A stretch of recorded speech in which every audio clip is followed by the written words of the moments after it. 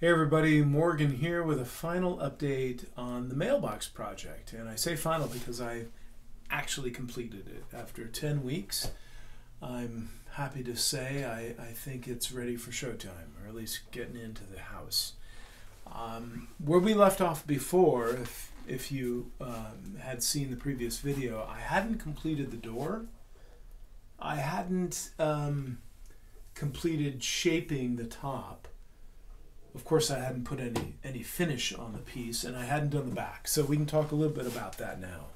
The door, I mentioned this in the previous video. The original concept was for the door, the original design, was for the door to be cherry, a cherry veneer on the front, thinking that adding more of this beautiful ebony, figured ebony, with the heart and the sapwood might be too busy. So I created a door with, just as the inside is, all cherry on the inside and all cherry on the outside. And I hated it. It just didn't work. So I redid the door with ebony on the outside, and I'm much happier with the results. So what I have here is 3/16 ebony veneer on the front, 3/16 cherry on the back, or the inside, and a core of Russian birch, 1/2 inch, and baked in edges of cherry all the way around. And I'm really happy with that. It's just a friction fit right now. I don't have a button or a stopper at the top. It's really nice friction fit.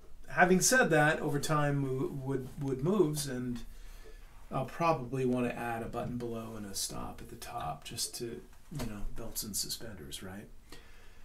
I added a pull for the door, and that's a vertical pull similar to the 5 pulls that I created for the drawers, each increasing in size, this being the longest. And they're all bridle joints, so I maintain that consistency with the door. What else can I tell you about the door? There was concern about the door in terms of the fabrication and the installation with the hinges, because the leg of this is 3/8 inch proud of the door face, so it's an inset door. How do I make sure that it can open all the way and clear this leg? I started with a Brusso hinge, what is this, L37, I think, 3/8 inch. And it comes with this standard knuckle. I'm going to call this piece the knuckle. And I did a test just with a template, playing around with the angle, and I didn't think it would clear the legs. So I went with the L39, which is an 1/8 inch longer knuckle, and that's what I've got here, and it works just fine. So that was the knife hinge that I used, and that seems to be working really, really well.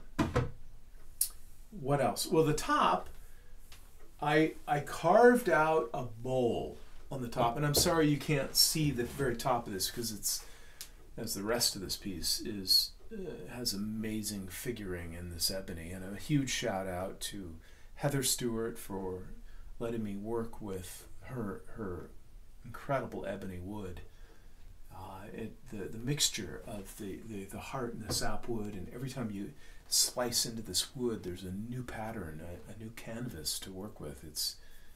It's unlike any other wood I've ever worked with in terms of the artistry involved in just the wood and what it gives you. It's incredible. Anyway, so this carved bowl that I created, and I softened the edges of the top, so I finished shaping the top. The reason for this, and it's a functional reason, as is this whole piece, and that's why it has such a prosaic name, the Mailbox.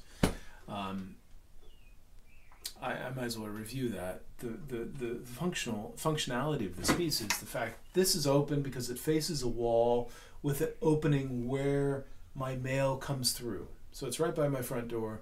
the mailman on the other side of this wall puts the mail in and it falls on the floor. Well, now it's going to fall into this trough, and I then can sort it for the 3 different people in our house, or put packages below, magazines on top, and various things in the 5 drawers. So that's the functional purpose of this piece, thus the prosaic name of Mailbox. Now the top is curved into a bowl shape because as I come into my home, I like to unpack my pockets. I like to put my wallet down, maybe my glasses, different things. So I wanted kind of a bowl shape to kind of contain those items, and thus the functionality of the design.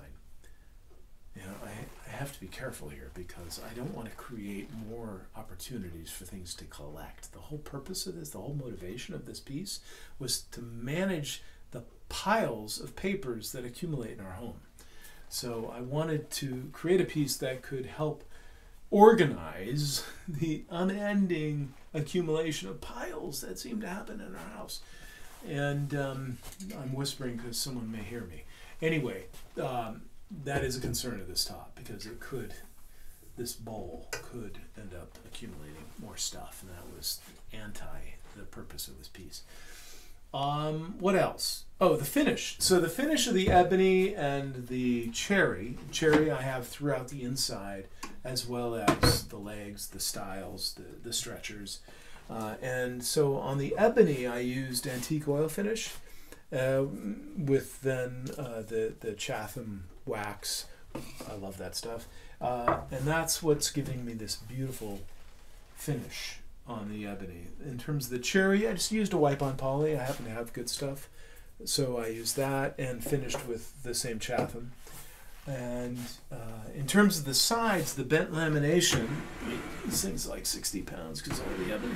This is solid ebony on the top. Everything else is bent lamination or veneered.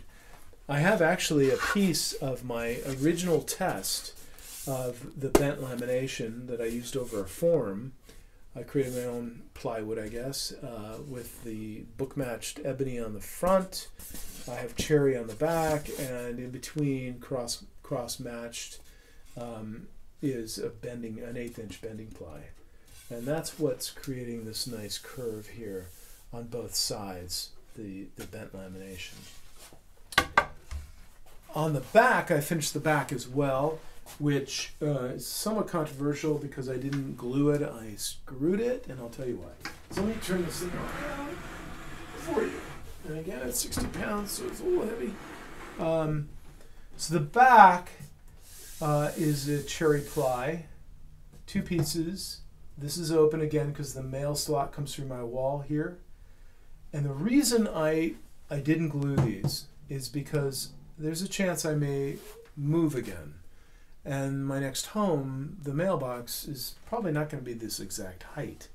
And this is exactly the height of my current home where the mail slides in.